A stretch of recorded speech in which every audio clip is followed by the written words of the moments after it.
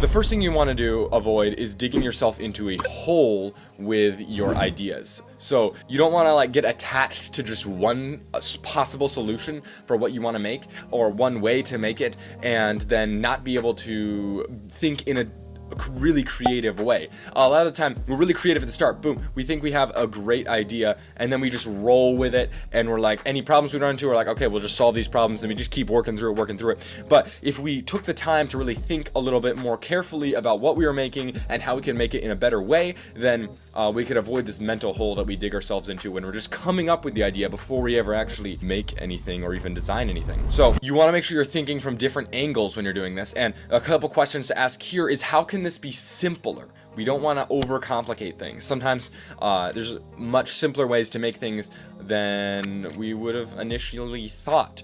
You could make stuff simpler by using things that are already made instead of always making everything from scratch. Perhaps you just want to use a PVC pipe instead of like rolling up a piece of cardboard. Maybe there's already like a milk container is the perfect shape for whatever you want, instead of making a custom shape on your own. And then what new things might you need to build this idea?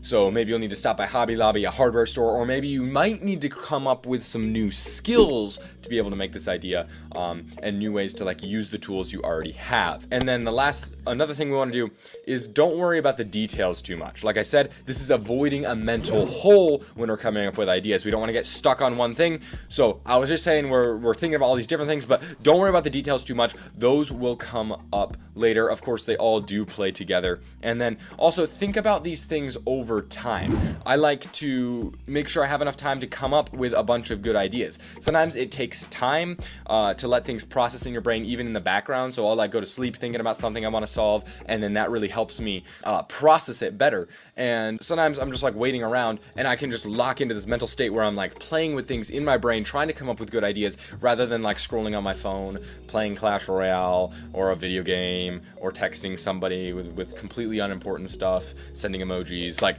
just think about your ideas. There's lots of little spaces in the day where I'd like you to take advantage of this.